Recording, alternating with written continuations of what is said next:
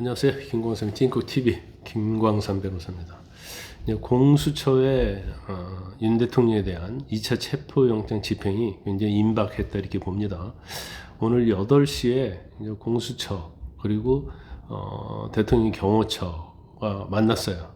그래서 체포 집행에 관해서 상의를 했는데 결과적으로 이제 합의점을 도출하지 못했고 이제 빈손으로 끝났습니다.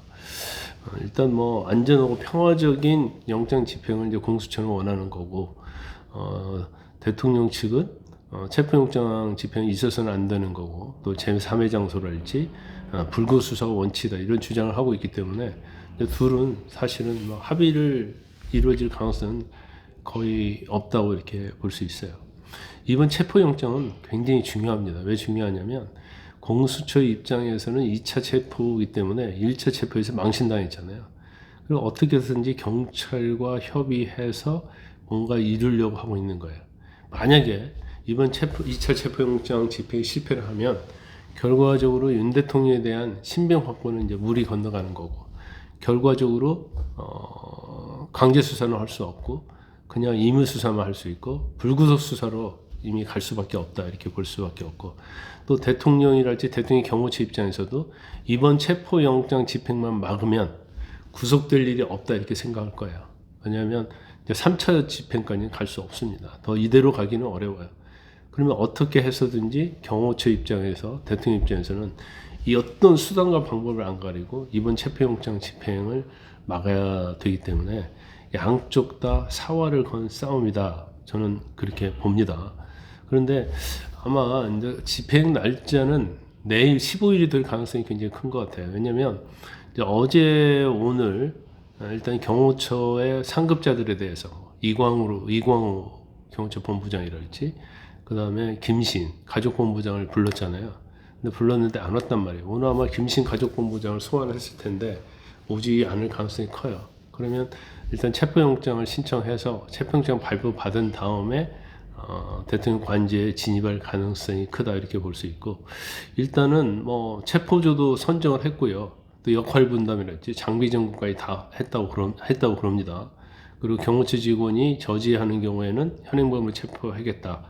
그래서 현행범을 체포한 다음에 시내 경찰서 유치장에 분산 호송하겠다 이렇게 방침을 밝히기 때문에 일단은 시작은 되었다 이렇게 볼 수 있을 것 같아요.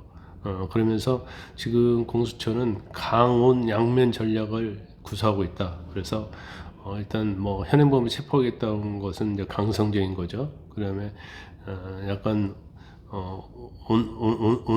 온성적인 것은 뭔가 당근이 되는 것은 이제 만약에 체포에 협조를 하면 결과적으로 선처를 하겠다. 근데 이게 얼마나 이루어질지 모르겠어요.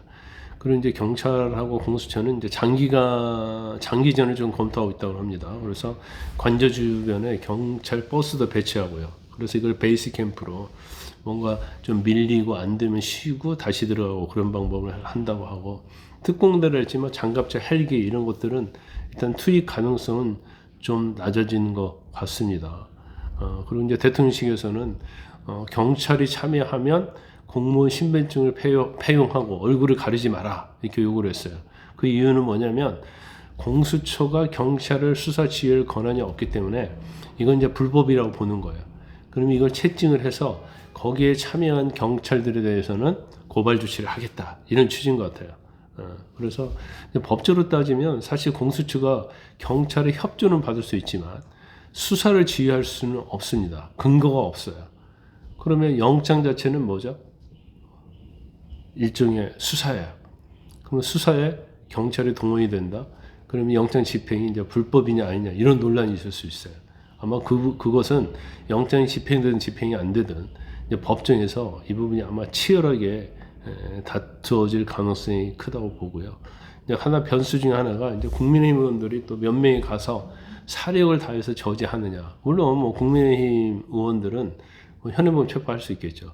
하지만 하나하나가 헌법기관이기 때문에 이걸 뚫고 들어가는 것도 쉽지 않을 거예요.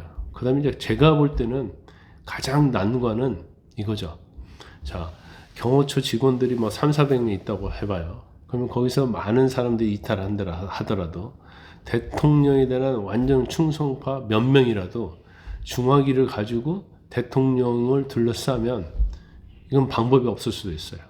왜냐면 결과에 따라서 뭐 총기 난사랄지 아니면 불상사가 일어날 수 있기 때문에 누구도 그걸 돌파하지 않으려고 할 겁니다. 그래서 그런 부분까지 이제 경호처가 생각하고 있는지 아니면 그런 경우에 경찰과 공수는 어떻게 할 것인지 이제 거기에 대해서 양쪽 다 이제 플랜이 있는지는 모르겠어요. 그런데 아마 그게 정말로 사력을 다해서 막는다고 하면 그 상황까지도 갈 수 있다. 저는 그렇게 봅니다.